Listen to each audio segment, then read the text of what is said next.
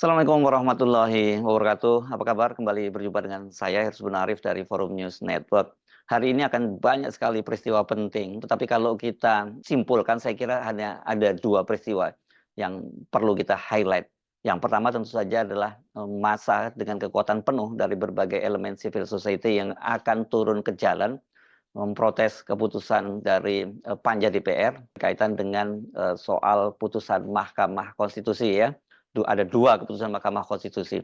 Yang kedua ini adalah DPR itu akan melaksanakan rapat paripurna untuk pengesahan RUU Pilkada menjadi Undang-Undang Pilkada. Nah ini ada kaitannya dengan peristiwa yang saya sebutkan bahwa akan banyak sekali masa yang turun ke jalan. Tapi juga saya dapat informasi banyak juga yang mereka akan memilih untuk melaksanakan unjuk rasanya selain di gedung DPR itu juga di Mahkamah Konstitusi sebagai wujud dari dukungan mereka terhadap langkah Mahkamah Konstitusi memutuskan dua perkara penting, yakni perkara berkaitan ambang batas partai politik untuk mengusung calon kepala daerah. Yang kedua adalah putusan dari Mahkamah Konstitusi yang menolak mengubah syarat untuk calon kepala daerah mengenai batas usianya yang 30 tahun, bukan saat pelantikan tapi saat penetapan calon ya. Nah ini penting ya Anda untuk catat dan saksikan nanti siapa saja anggota DPR dari fraksi apa saja itu yang akan mendukung putusan dari pengesahan RUU Panja ini. Kalau kita lihat petanya di DPR kemarin, peta dalam Panja dan peta pengesahan kemarin, itu ya jelas bahwa hanya PDIP yang ada di luar pemerintahan, di luar kesepakatan di DPR itu. Partai-partai lain dan termasuk partai-partai koalisi perubahan di situ seperti PKB, Nasdem dan PKS ini ada penting untuk catat itu ada di barisan yang akan mendukung perubahan Undang-Undang Pilkada ini. Catat betul nanti ya fraksi-fraksi apa saja dan siapa-siapa namanya yang hadir. Tapi juga Anda juga siap-siap juga mungkin catat juga kalau ada anggota-anggota fraksi dari partai-partai yang ada di Koalisi Indonesia Maju Plus itu yang berani membelot, menolak untuk pengesahan RUU Pilkada hari ini ya. Ini betul-betul kita pasti hitam putih saja posisi kita sekarang ini ya. Anda berada di dalam barisan pendukung rezim, bagian dari dinasti Jokowi, atau Anda di bagian gerakan yang kita sebut sebagai awalnya kita jangan alergi menyebut perubahan, gerakan perubahan. Ini perubahan dalam versi yang berbeda ya, perubahan yang sekarang ini diusung oleh seluruh elemen masyarakat di luar Koalisi Indonesia Maju Plus. Tetapi yang satu yang penting saya ingatkan bagi Anda yang turun ke jalan hari ini, enggak perlu lagi membeda-bedakan Anda berasal dari elemen apa. Apakah elemen mahasiswa, apakah Anda elemen partai buruh, elemen LSM, kemudian juga soal latar belakang politik atau latar belakang agama itu mesti Anda kesampingkan. Ini saya tahu biasanya kadang-kadang kan mahasiswa biasanya setiap kali turun ke jalan dan kemudian ada elemen lain itu masuk, mereka kemudian menarik diri karena khawatir ditunggangi. Kehati-hatian memang penting. Saya juga mendengar laporan ini banyak sekali nanti ada elemen-elemen bayaran yang akan disusupkan untuk mengacaukan dan mendiskreditkan gerakan kali ini ya. Penting itu dihati-hati. Jadi koordinator lapangannya mesti ketat dan saling koordinasi antar elemen itu sangat penting ya.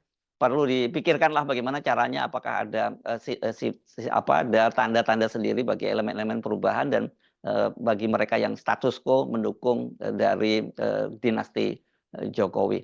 Nah bersama dengan itu sejak kemarin itu beredar kabar bahwa PDIP hari ini akan mengumumkan 169 nama calon kepala daerah yang akan mereka usung pada pemilu kada kali ini atau pilkada serentak kali ini.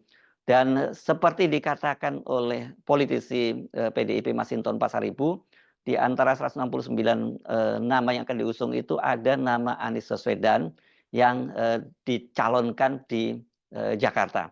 Dan ini seperti dikatakan oleh Masinton Pasaribu bahwa mereka tetap mencalonkan Anies di Jakarta ini karena mereka mengikuti keputusan dari Mahkamah Konstitusi. Karena dengan perubahan RUU Pilkada ini maka ini sesungguhnya Anies Baswedan atau bahkan PDI sekalipun tidak bisa ikut Pilkada di Jakarta. Bukan hanya Jakarta, banyak sekali ya yang nanti PDIP itu tidak bisa maju. Tetapi kelihatannya PDI memutuskan untuk tetap memasang calon-calonnya pada pilkada-pilkada yang di mana PDIP itu sekarang itu disingkirkan oleh Jokowi, disingkirkan oleh Koalisi Indonesia Maju Plus karena berkaitan dengan ambang batas pencalonan oleh partai-partai politik. Di Jakarta, ambang batas pencalonan kalau berdasarkan undang-undang pemilu yang sebelumnya itu kan untuk bisa mencalonkan gubernur dan wakil gubernur itu adalah partai politik dan atau gabungan partai politik yang memperoleh kursinya 20% dan atau suara sah 25%. Nah, kalau menggunakan undang-undang yang lama itu kan PDIP tidak bisa mengajukan calon sendirian karena PDIP hanya memiliki 15 kursi yang ini kalau dikonversi itu hanya sekitar 14%. Tetapi dengan keputusan dari Mahkamah Konstitusi yakni keputusan nomor 60, putusan nomor 60 itu dinyatakan bahwa untuk Jakarta ini yang jumlah daftar pemilih tetapnya itu antara 6 sampai 12 juta itu cukup hanya 7,5% suara sah tanpa memperhitungkan kursinya. Nah, Jakarta ini kan daftar pemilihnya itu yang saya baca itu 8,2 juta, tapi kelihatannya ada revisi juga terbaru katanya 8,3 juta ini. Tapi berapapun jumlahnya itu ya kalau berdasarkan putusan dari Mahkamah Konstitusi itu PDIP tetap bisa mencalonkan sendiri. Bahkan bukan hanya PDIP, sesungguhnya PKS pun itu malah jauh lebih bisa karena PKS itu kan perolehan suara dan kursinya itu di atas 16%. Tetapi karena PKS sudah bergabung dengan Koalisi Indonesia Maju Plus dan mereka tetap menyatakan tidak akan balik badan setelah putusan Mahkamah Konstitusi, mereka tetap berada di Koalisi Indonesia Maju Plus ya. Selain itu kan kemarin putusan Mahkamah Konstitusi itu yang juga dibatalkan semua oleh Panja DPR, Panja Balik DPR itu adalah berkaitan batas usia ya, batas usia calon dan ini penting dicatat, ini keputusan ini yang dilahirkan oleh Mahkamah Agung itu betul-betul adalah putusan yang diperuntukkan bagi keluarga Jokowi, yakni Kaisang Pangarep. Karena Kaisang Pangarep ini kalau berdasarkan aturan sebelumnya, yakni usia 30 tahun pada waktu penetapan bakal calon, ini ya Kaisang itu belum berusia 30 tahun karena dia lahir pada tanggal 25 Desember 1994, berarti baru 25 Desember nanti dia berusia genap 30 tahun. Kalau pendaftaran pada tanggal 27-29 Agustus ini dia belum sampai, begitu juga penetapan nanti pada tanggal 22 September itu belum ya. Bahkan pada pelaksanaan pilkada serentak nanti tanggal 27 November di usianya itu belum 30 tahun. Tetapi ketika pelantikan yang ditetapkan semula tanggal 1 Januari dari peraturan KPU-nya sesuai dengan putusan dari Mahkamah Agung dan kemudian dari dalam negeri, Kementerian Dalam Negeri disebutkan pada bulan Februari ya. Di situ umur Kaisang sudah 30 tahun. Jadi benar-benar semua dua putusan dari Mahkamah Konstitusi yang mengamputasi keinginan Jokowi untuk melanjutkan cawe-cawe di kekuasaannya dan juga membentuk politik dinasti itu dianulir semua. Ya karena itu tidak terlampau mengejutkan kalau warga ini sekarang ini sangat marah. Nah, balik ke soal PDIP tadi, benarkah mereka akan mencalonkan Anies Baswedan? Kalau itu terjadi, ini berarti ini semacam simbol perlawanan atau perlawanan dimulai, begitu ya. Karena mereka tahu bahwa mereka tidak bisa mencalonkan sendiri kadernya ataupun calonnya di Jakarta karena jumlah kursinya tidak mencukupi, tapi mereka tetap memutuskan untuk mengusung, itu berarti perlawanannya. Nah, apakah nama yang diusung itu Anies Baswedan atau bukan? Nah, ini yang masih jadi tanda tanya besar karena berbeda-beda nih pernyataan para politisi PDIP itu. Kalau Mas Hinton jelas menyebutkan namanya adalah Anies Baswedan, dan kabarnya yang saling santer dia disebut-sebut akan dipasang dengan Rano Karno.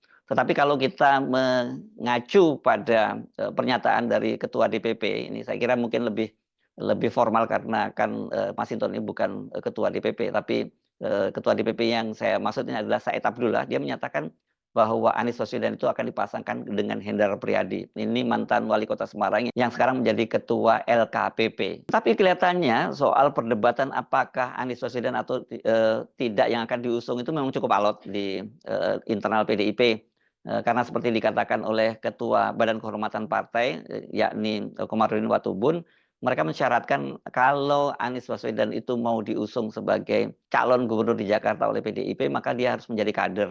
Ini kata Komarudin Watubun untuk mereka ini kan ada semacam trauma pernah dikhianati oleh keluarga Jokowi. Ini bukan hanya Jokowinya tapi anak dan menantunya ya. Karena kata dia Gibran dan Bobi yang sudah jadi kader saja masih berkhianat apalagi kalau bukan kader. Tetapi Komarudin mengingatkan bahwa loyalitas Anies nanti kalau dia diusung dan terpilih menjadi gubernur DKI Jakarta itu bukan kepada partai kata dia, tetapi loyalitasnya kepada nilai-nilai perjuangan PDIP, yakni loyal kepada rakyat pemilihnya. Nah, soal ini, soal Anies diusung atau tidak, ini muncul juga versi yang lain, itu pernyataan dari Ganjar Pranowo. Ganjar Pranowo menyatakan bahwa dipastikan bukan Anies Baswedan yang akan diusung oleh PDIP, karena mereka sudah punya kader sendiri. Yang nama yang muncul itu dan sumber lain menyebutkan namanya itu adalah Ahok dari pasangan dengan Rano Karno. Apapun keputusan PDIP itu, apakah mencalonkan Anies atau tidak, dan kalau mereka tetap mencalonkan pasangan di Jakarta, ya itu jelas ini merupakan perlawanan dari PDIP. Tetapi kalau mereka kemudian mencalonkan Anies Baswedan, ini betul-betul saya kira ini langkah taktis strategis yang cerdik dari PDIP, karena dengan cara seperti itu mereka membentuk ikon perlawanan baru dan kemudian juga mengisyaratkan bahwa mereka itu betul-betul ingin merangkul seluruh elemen. Ini saya membayangkan kalau kemudian Anies Baswedan yang dipasangkan dengan Rano Karno dan itu kemudian didaftarkan ke KPUD pada tanggal 27 Agustus nanti seperti kata Mas Hinton, dan kemudian ditolak oleh KPUD dengan alasan bahwa mereka lebih mentaati keputusan DPR yang mentorpedo aturan Mahkamah Konstitusi, maka ini akan menjadi drama tersendiri ya. Dan Anies itu perlu dicatat saya kira oleh PDIP, dan saya kira PDIP juga tahu itu karena sejak awal sebenarnya mereka juga mengincar Anies. Ini jelas masa pendukungnya di Jakarta sangat kuat, sangat besar gitu. Bahkan kalau menurut survei di pemilih PKS sendiri pun yang akan mendukung Anies Baswedan itu sampai 94%, sementara Ridwan Kamil itu hanya 5% saja. Jadi kalau kemudian PDIP memutuskan untuk mengusung Anies, saya kira ini banyak elemen-elemen kekuatan masyarakat, terutama pendukung Anies, anti politik dinasti dan sebagainya, yang akan merapat ke PDIP. Jadi dalam situasi sekarang ini saya kira memang penting untuk menyampingkan perbedaan-perbedaan politik, apalagi perbedaan kepentingan pribadi ya. Karena seluruh elemen masyarakat dalam situasi sekarang ini harus bersatu padu untuk melawan kekuatan yang zalim ya. Dan itu tidak mungkin terjadi kalau kita semua terpecah belah.